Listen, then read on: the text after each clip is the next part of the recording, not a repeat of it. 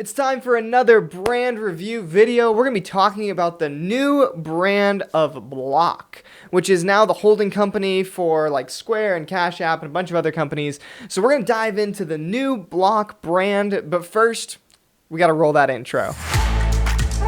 This channel is about branding, where creativity meets business.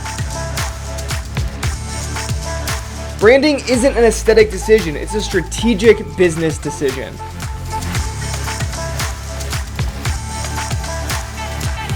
Okay, so it's been a little while since we've done a brand review video, and we're going to be looking at the brand of Block. Now I'm just going to go ahead and put this up on the screen here. This is the Block brand. The kind of the logo colors, this translucent, bendy block.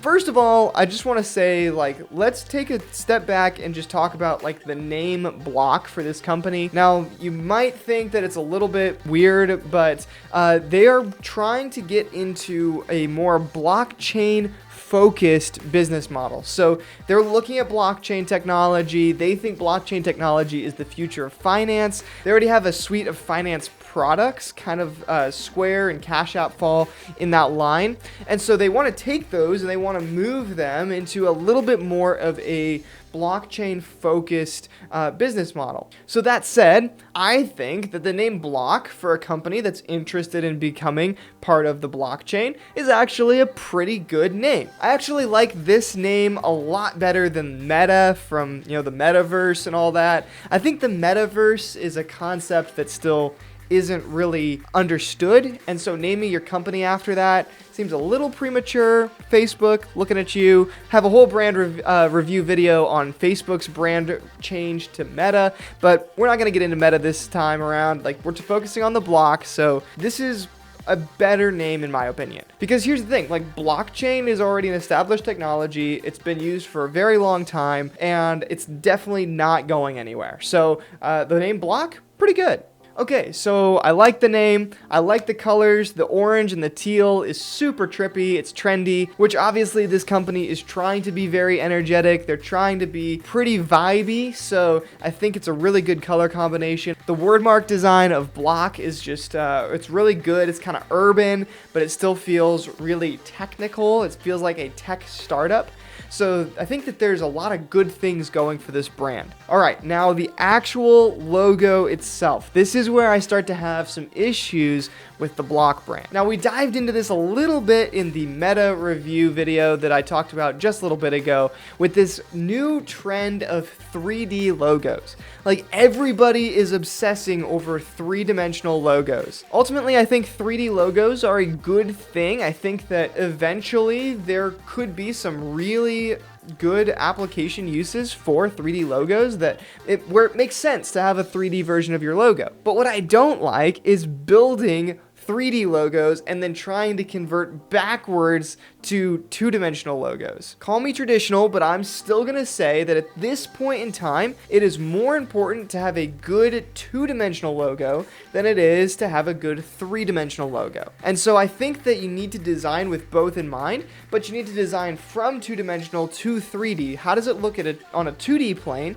And then how do we make that look good and look unique in a 3D world, right? I think you have to have that mentality when you're going into designing logos, because there's so many use cases at this point in time that are still two-dimensional, right? Everything is on paper or on a screen. Those are two-dimensional planes, and we just don't have everybody living in VR right now where 3D is a thing that we have to really design for. So keep it in mind, build logos that can work in three-dimensional shapes, because yes, we'll probably get there eventually where we're gonna need that, but don't go the other way. Don't build as a 3D logo and then try to make that your 2D logo. Here's why. Think about this block, right? It's like a translucent 3D block that's kind of twisted, right? What makes this logo unique is all of the colors in the 3D aspect, right?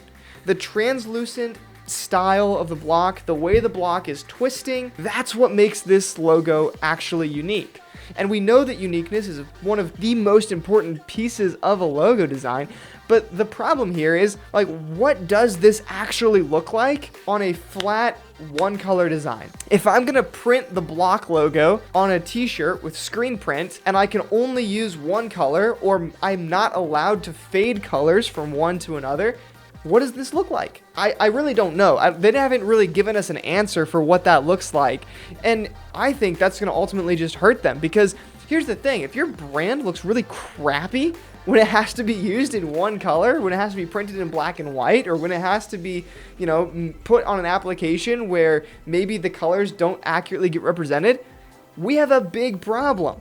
Like, I don't know what this logo looks like in a black and white version. And trust me, as somebody who's worked with lots of brands, I know there are lots of use cases where you have to have a black and white version of your logo. To me, I think that just really, really hurts this brand. I think that you've got to go the other direction, right? And like, make your logo simple enough that it can be used in those use cases and then can also be 3D like we talked about. This logo is just not simple enough for me, and that's why I think they, again, got a little overzealous in the logo design. I think Meta had the same exact problem, although I think that if I were comparing the two, Meta's logo, their little infinity sign M, is probably better suited for a black and white version or a one-color version than this translucent block is. Now, really quickly, I do have to shout out the website design. Super, super trippy. You need to go check out the website. I'll link it in the description below so you can go check that out. But they actually have like a whole music track, which, you know, a music app is one of their apps as part of Block, so that makes sense. They're kind of plugging that app on their website, but it's got a music playlist curated by Jay-Z, and the Block kind of like dances around, which is a really cool animation, and it's a really cool website. Works great in a digital landscape. But again, this movement of the block, the animation, it should kind of be a supplement to the brand, not the brand itself. Ultimately, if you're relying on 3D animation, if you're relying on a 3D, version of your logo to make your brand successful, I just don't think it's a very strong brand. The brands that have lasted over the longest period of time without having to be changed are the brands that are simple, they're not complicated, and they're easy to use in every single use case. For that reason, I'm going to go ahead and rate this brand a 3.7 out of 10. 3.7 out of 10 seems like a fair rating for the Block rebrand. I think it looks trippy, super cool, but probably not the most practical. I would not have chosen to do this if it were my company. You know what? Let's see, right? Only time will tell. Thanks for watching this video. If you enjoyed it, let me know in the comments what you think about the Block logo. Is it good? Is it bad? I don't know. I want to hear your thoughts. And in the meantime, I'll see you all in the next video.